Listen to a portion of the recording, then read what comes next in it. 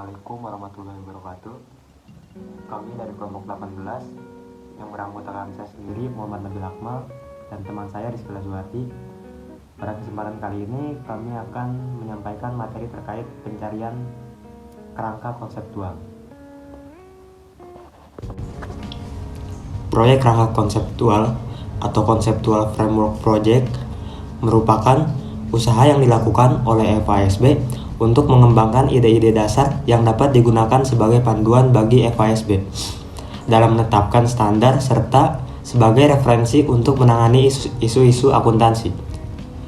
Pionir-pionir dalam pengembangan teori akuntansi di Amerika dikenal dengan dua nama, yaitu William A. Patton dan Joe Buchanan. Awal pengembangan teori akuntansi di Amerika dapat dikaitkan dengan dua tokoh utama, yaitu William A. Patton dan John Buchanan.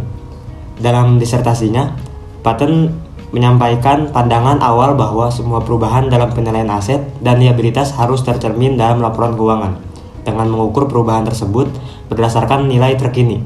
Selain itu, Patton juga menyatakan bahwa imbal hasil bagi investor termasuk dividen dan bunga seharusnya dianggap sebagai distribusi pendapatan yang menekankan konsep entitas daripada konsep kepemilikan yang umum.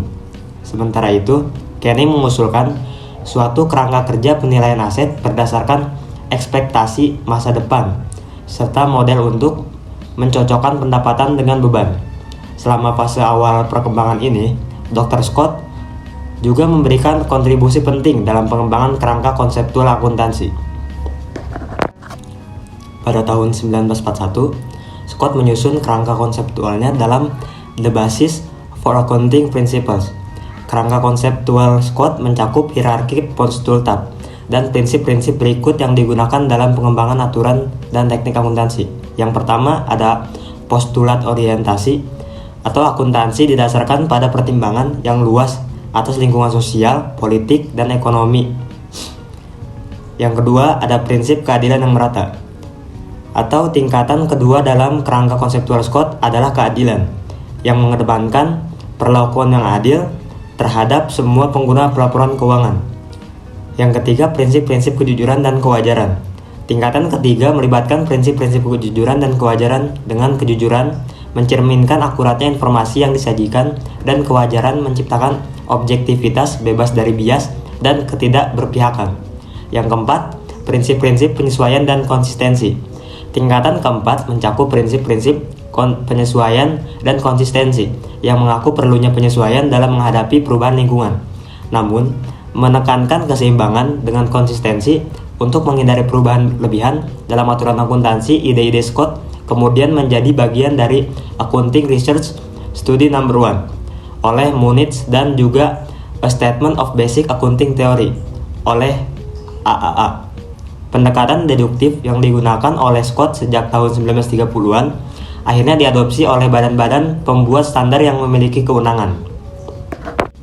Baik, selanjutnya ada upaya awal pengembangan kerangka konseptual akuntansi oleh organisasi-organisasi otoritatif dan semi-otoritatif.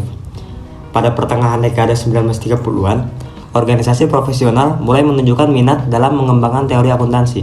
Tahun 1936, American Accounting Association mengeluarkan sebuah pernyataan yang berjudul A Tentative Statement of Accounting Principles Affecting Annual Corporate Reports yang bertujuan membagi panduan bagi Securities dan Exchange Commission yang baru saja didirikan. Tahun 1938, American Institute of Accountants juga menerbitkan sebuah monograf yang berjudul A Statement of Accounting Principles yang ditulis oleh Thomas H. Sanders, Henry Rand Hadfield, dan Underhill Moore yang dianggap sebagai upaya untuk menjelaskan teori akuntansi. Monograf ini dimaksudkan untuk memberikan pedoman kepada SEC mengenai praktik akuntansi. Pada tahun 1940, AAA menerbitkan sebuah studi benchmark yang dilakukan oleh Patton dan A.C. Littleton yang berjudul An Introduction to Corporate Accounting Standards. Nah, lalu pada awal pengembangan komiteen accounting prosedur, ada pertimbangan untuk mengembangkan serangkaian prinsip akuntansi yang komprehensif.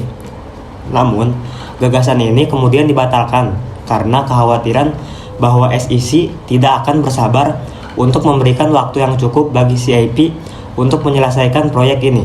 Hingga tahun 1958, masalah-masalah yang dihadapi oleh CIP mengakibatkan Presiden American Institute of CPA, Alvin R. Jennings, mengungkapkan keyakinannya bahwa riset tambahan diperlukan untuk menguji asumsi-asumsi akuntansi dan mengembangkan pernyataan otoritatif. Jennings kemudian membentuk Special Committee on Research Programs untuk mengulas dan memberikan rekomendasi tentang peran AICPA dalam menetapkan prinsip-prinsip akuntansi. Selanjutnya, ada pernyataan tentang teori akuntansi dan penerimaan teori. Pada awal 1970-an, masalah penentuan standar yang belum terselesaikan mendorong American Accounting Association untuk merevisi teori akuntansi. Komite khusus dibentuk pada tahun 1973 untuk mengupdate A Statement of Basic Accounting Theory karena perubahan dalam akuntansi pertama kali diterbitkan.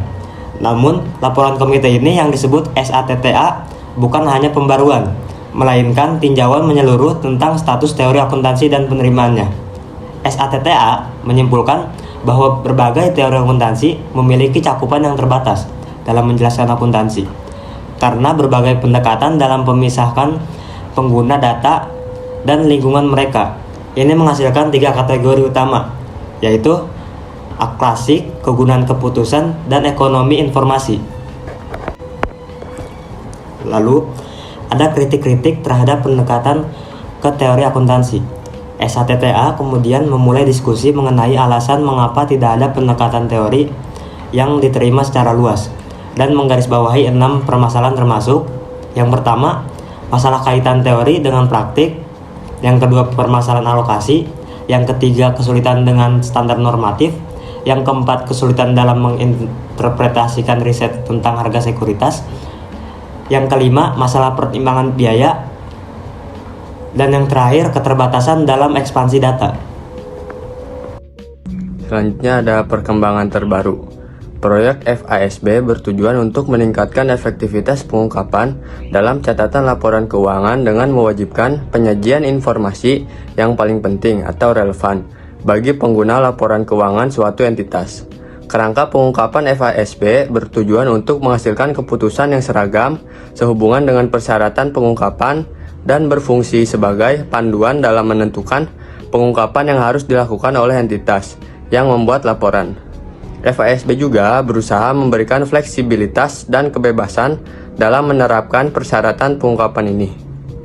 Selanjutnya ada standar-standar akuntansi berbasis prinsip versus berbasis aturan.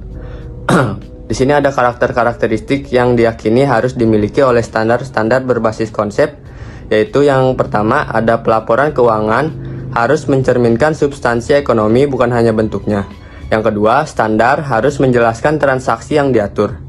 Yang ketiga, standar harus mencakup hubungan antara aspek ekonomi, transaksi, dan laporan keuangan. Yang keempat, ada standar harus memiliki contoh implementasi. Yang kelima, hati-hati dalam memberi nama standar. Yang keenam, persyaratan pengungkapan harus dimasukkan dalam standar untuk konteks ekonomi.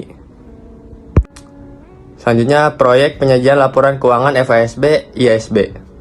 Pada April 2004, FASB dan IASB sepakat untuk menggabungkan proyek-proyek mereka yang terkait dengan pelaporan dan pengklasifikasian komponen-komponen pendapatan, beban, keuntungan, dan kerugian.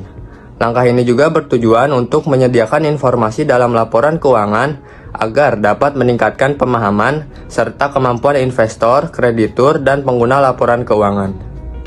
Di sini ada tahapan tujuan dan karakteristik kualitatif. Tahap tujuan dan karakteristik kualitatif dalam pelaporan keuangan memiliki tujuan untuk mengevaluasi aspek-aspek berikut, seperti maksud dari pelaporan keuangan itu sendiri, terus sifat-sifat kualitatif yang melekat pada informasi dalam laporan keuangan, dan selanjutnya kompromi atau pertimbangan yang harus dibuat antara sifat-sifat kualitatif ini, serta bagaimana karakteristik tersebut terkait dengan konsep materialitas dan pertimbangan biaya dan manfaat. Tahapan definisi elemen-elemen, pengakuan, dan penghentian pengakuan. Tujuan dari tahap elemen-elemen dan pengakuan adalah untuk mengoptimalkan dan menyelaraskan kerangka kerja kedua dewan, yaitu ini dilakukan dengan cara yang pertama, merevisi dan mengklarifikasi definisi aset dan liabilitas. Yang kedua, menyelesaikan perbedaan-perbedaan terkait elemen-elemen lain beserta definisinya. Dan yang terakhir, merevisi konsep-konsep kriteria pengakuan untuk menghilangkan perbedaan-perbedaan dan memberikan dasar bagi penyelesaian masalah-masalah. Selanjutnya, tahapan pengukuran. Tujuan dari tahap pengukuran ini adalah untuk memberikan panduan tentang bagaimana dasar pengukuran dapat dipilih sehingga sesuai dengan tujuan dan karakteristik kualitatif dari pelaporan keuangan. Tahapan ini mencakup sejumlah langkah kunci berikut ini. Yang pertama, yang tonggak 1 adalah menginventaris dan mendefinisikan daftar kemungkinan dasar pengukuran yang bisa digunakan sebagai dasar pengukuran pada laporan keuangan. Yang kedua, tonggak 2, yaitu mengevaluasi kemungkinan dasar pengukuran yang teridentifikasi di tonggak 1. Yang ketiga, tonggak 3, yaitu mengambil kesimpulan secara konseptual dari tonggak 1 dan 2, seraya menangani masalah-masalah praktis. Tahapan tujuan dan status kerangka kerja. Tujuan dari ini yaitu untuk menilai kedudukan resmi atau otoritatif dari kerangka kerja dalam hierarki GAAP, yang maksudnya adalah mengembangkan kerangka kerja yang memiliki tingkat kewenangan yang dapat dibandingkan dan digunakan oleh kedua dewan dalam proses penetapan standar. Selanjutnya, tahapan penerapan kerangka kerja bagi entitas nirlaba. Tujuan ini yaitu untuk mengevaluasi cara konsep-konsep yang telah dikembangkan dalam tahap-tahap awal dapat diterapkan pada entitas nirlaba di sektor swasta. Tahap ini sebelumnya tidak pernah dibahas dan dihentikan ketika proyek gabungan IASB dan FASB digantikan oleh proyek komprehensif yang dipimpin oleh IASB juga. Dan yang terakhir ada tahapan sisa permasalahan. Tahapan sisa permasalahan bertujuan untuk mempertimbangkan isu-isu yang masih belum dibahas dalam 7 tahap sebelumnya. Tahap ini juga tidak pernah dilibatkan secara aktif. Mungkin sekian dari kelompok kami, saya kembalikan ke moderator.